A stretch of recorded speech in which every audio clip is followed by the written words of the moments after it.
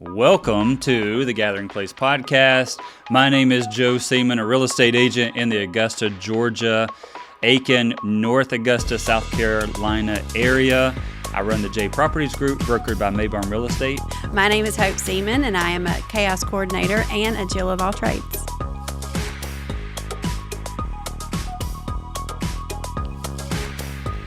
What are we talking about today, Joe?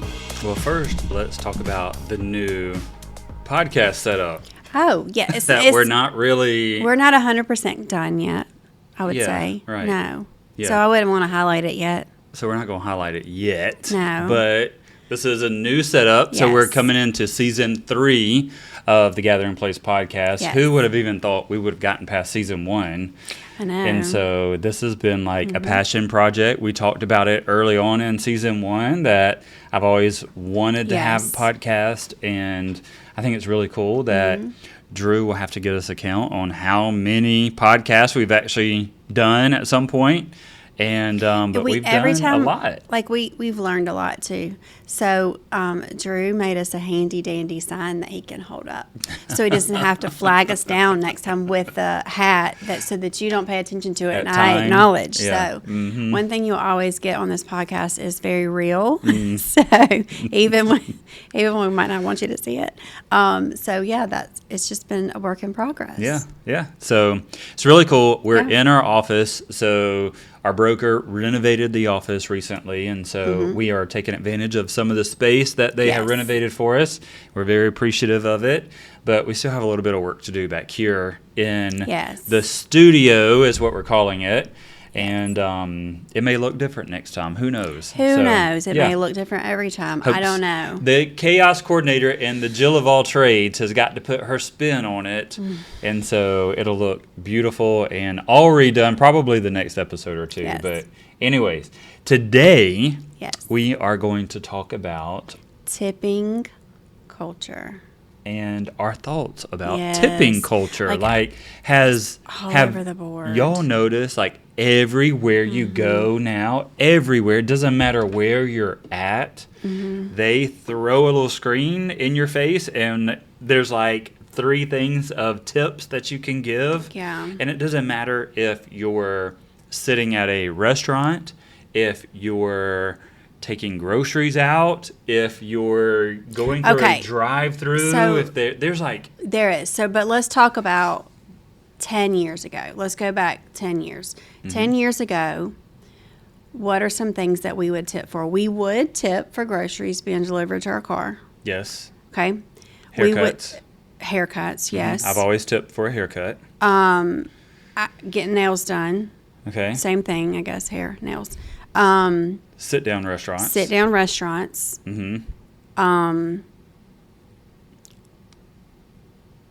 Sit-down restaurant. I mean, I'm trying to think. When someone would wash your car. Yes. Stuff like that. Well, service type stuff. Yes. I still tip to get my car washed. Yeah.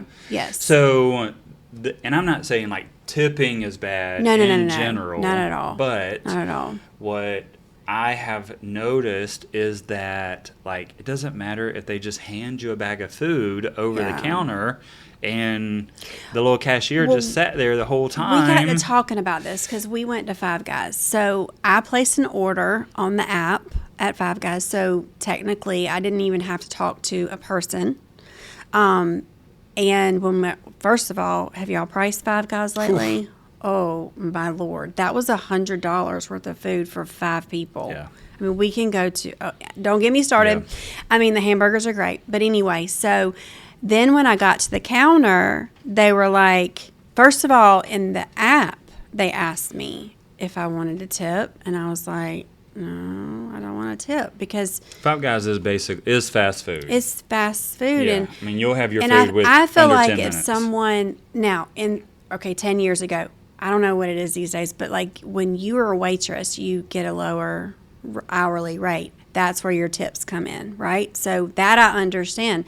But it's my understanding in the fast food industry that's at least minimum wage, if not more. So they're not getting that reduced wage. And so I was like, well, no, I'm not going to sit down in the restaurant. Like, I'm just going to go in and grab food. Well, then when I got to the counter, they asked me again. when they handed me my food. Did I want to tip again? Cashiers and all make it a little awkward too. It felt very oppressive. Like in that moment, I was just like, oh my God, I feel like, you have if I to. don't tip you, are you going to spit in my food? I know that sounds very extreme, but like you just kind of think like that. And I just don't understand where we switched in our culture. Now, if you get Instacart or something, absolutely. Like, especially if someone's picking my groceries out for me, absolutely. I think that there's a time and place for it, but I feel like it's gotten to where it's everywhere now, and there's an expectation that's been set. Heck, I'm thinking about having a tipping app whenever I go to closings. I mean, like, how was my service? 18%. So last week we went out of town, and that was a thing. We were a large party. Yeah, we were a large group. They went ahead and did an 18% gratuity, which you're really good at tipping. I am too. Like, for me, it's 20%. And the way I remember it, just in case I'm not really good at numbers, we've established this. My mom always says 2 on 10. So for every $10, $2. And that helps me to kind of remember where I need to be. Joe's the same way. We do have some people in our family. I'm not calling any names. They don't tip hardly at all. And so, like, we do consider ourselves to be very good tippers. And especially if you give us just really good service. Yes. We're going over and above. And what Hope is saying is we were a large party. Oh, yeah. We were out of town last week on vacation in Florida. And a large party. A lot of orders, a lot of running back and forth for condiments and drinks and food and all this and that. And the restaurants we would go to, most of them would already have the tip added into it. And then what I was very appreciative of is even though the waitress or host or whoever did, run our ticket and we paid for it, the tip, the extra gratuity on there was really reduced. Like, do you want to give 2% more, or 5% more, or 8% more? Because it was 18%. It was already 18%. And so when it was presented to me, that was the first time I think I've ever seen it that way. I had no problem pressing that 8% because it was presented in a very classy way. Everywhere we went, we received exceptional service, especially for a large party. And so, I tip on the service. Right. And I think that's across the board, but where it becomes the problem is when people, like when you're expected for like a fast food restaurant. I just don't understand that, and I don't want to offend anyone. So if someone has... we're not here to try to offend anyone, but this is just our opinions. Well, if someone has a valid, argument with it, I'd love to hear that too. I just don't understand when we switch that, and I think for us, there's just a lot of unnecessary pressure. And there's lots of things that are going up there as far as food prices and all that already, and then you want to put on top of that we're gonna put a tip on top of it when it's not a scenario where you're already getting a reduced hourly wage. Like, I'm not gonna lie to you. Like, I'm struggling with that. You struggle with that a lot worse than I do because I'm just like, no tip. I can't. No, I'm like, and then they're like looking at. I'm just like, no, I don't understand why. So when did that change, and why did that change? I think a lot of it actually. You know what? I think a lot of it changed when we got the whole COVID lockdown situation, and things had to be more delivery oriented. And you couldn't go to restaurants. And I'm sure in situations like that, people, really lost wages, of course. But then it's almost like other people, I feel like, took more advantage of it. Yeah. During COVID, I can remember we relied on service industries more, and I would tip. Yes, because we were so grateful. We were grateful, we knew they had lost wages and stuff like that. So we would try to do our part in making up. And now so it's not like a greedy thing. Yeah, it's not a greedy and I don't want to give a tip. It's nothing like that because I do want to give a tip. Yeah, I'm in a service industry as well. Right, but now it's expected, and it's like you used to would give people a tip based on their service. Yeah. And now it's an expectation, and you're kind of viewed as in a negative light if you don't. And I'm sorry, I do not see why I need to tip. at A drive-through. Five Guys. I Yeah. don't. Like, I just don't. So, trying to sort through all of that and figure that out has been a little bit of a challenge. And like you said, like when we were in Florida, they were cool about it. The service was great in the restaurants we went into, and I'm perfectly fine with that. But just because I ordered $100 worth of hamburgers, I feel like I already paid the tip. Yeah. Yeah. I And feel you like did I it. did. You did it virtually too. You I didn't did. even I have to talk to didn't. No anyone. one had to. No one had to actually.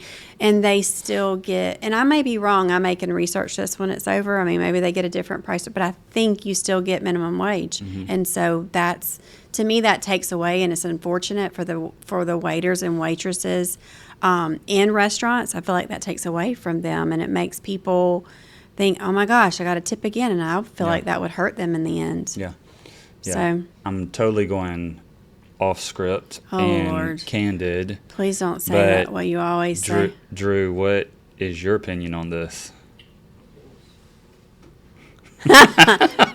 Putting him on the spot. He's like checking all the making sure all the levels are good and all the cameras are good, and then I just threw this on him. So, and now he's turning red behind the camera. So, I would say I'm the same way. Somewhere that's considered quick service or fast food, I probably wouldn't tip. yep. But if I'm being sat down or if I'm being Yes. served or if there was some kind of extra Right. like Element of- communication or whatever, yeah, 100%. Got it. I think so Okay. too. Yeah. Yeah. I think so. I mean, I just, I don't know. It's just become an expectation. And then, okay, this is going to sound kind of bad too, but if it's a service and like I know that the person is the owner operator, do you tip in that situation? Because they're already making a profit. Because it's already built in. I don't don't know. know. I don't Yeah. know. I mean, it's now these days you just don't know anything. And what if they're owner operator and they don't have a storefront? I don't know. I don't know. It's just I don't know. I'd like to I'm get getting some red. weigh in on this. Yeah, I'm getting a little on- nervous already. on these platforms that you're watching. I'd like some weigh in on. In a nice way, by Yeah. the way. Just Don't come at us. Don't come at us. But, We're just trying to understand the like, when do you tip and when don't you tip? Right. And what? okay, and then let's take it another level. My father-in-law, I love him to pieces, but his philosophy is the amount that you tip. He's like, I'm not going to give someone more than I give to the church because he tithes. And he's like, why do I give someone more than I tithe? And so then like we're in this whole you do 20% category now because we understand that you not only the waiter or the waitress has to split that, but the busboy or bus girl as well as the bartender if you got drinks and the hostess who sat you, that waiter and waitress all have a little has piece to of the split. pie. And I understand that. Like I get that too. And so it's just I think it needs some clarification. I think it would be great. And don't tell them what you say. I'll make it my caption on my post. Oh, my Lord. Don't tell them. I told them before we did this podcast, please, please, please make sure that we're trying our hardest not to be offensive. Because, I mean, it is people's We're not livelihood. trying to offend anyone. We're It's trying just to we're trying to understand. understand where did the expectation of giving a tip come in at when you're literally just passing my bag of food over the counter or through the window, and you throw a little screen at me on how much I want to tip. And so that's kind of where we're at, is we just want to understand, And then like, the where pressure. did that come from? And why is it that way? We understand that where it came from, really, but why? See, I don't feel pressure And then to what do if it at all. what if you're in a situation where because of the price of food and things have gone up, what if that individual that they've got $20? Okay, just what if they have $20? That's all they've got, and that's in their budget. And then they're in a restaurant and they're ordering, or not restaurant, fast food, whatever, through the app, and they feel that pressure themselves, and that is a lot of money to them, and they don't have the extra, like, are people being looked upon badly if they don't take advantage of that tipping thing? I mean, So those in these industries, so I'd like to know that too. Like, what's the expectation? yeah. Do you How expect do it, or is you it? look at people who may not give generous tips and things like that? Or okay, all right. So it's an automatic thing on the computer screen. Who gets that money? Mm-hmm. Who gets that tip money? Because several people in the restaurant that day took your order, Yeah. or have touched your order in some way, shape, or form in the fast food establishment. So who gets that tip money? Where does it go? Yeah. Those are questions I want to ask. I don't know. asking. So if you have answers, let us know. Maybe you need to go get a job as a server. Okay. Thanks. Add to your chaos coordinating. Okay. I actually think I could serve. Oh, I mean, you absolutely Mm-hmm. could, but when do we have time? Yeah, I wouldn't want to, but We're like So- 2 hours late recording today because and we've been because waiting. I've been serving other people in That's a different right. way. That's right. So, but that's our podcast on the tipping culture. Like, there has just become this unwritten rule that everyone is supposed to understand that we are supposed to tip on any and every little thing that you do for someone else. It's become an expectation to tip. And Right. so we want to know your experience and how you generalize your tipping schedule.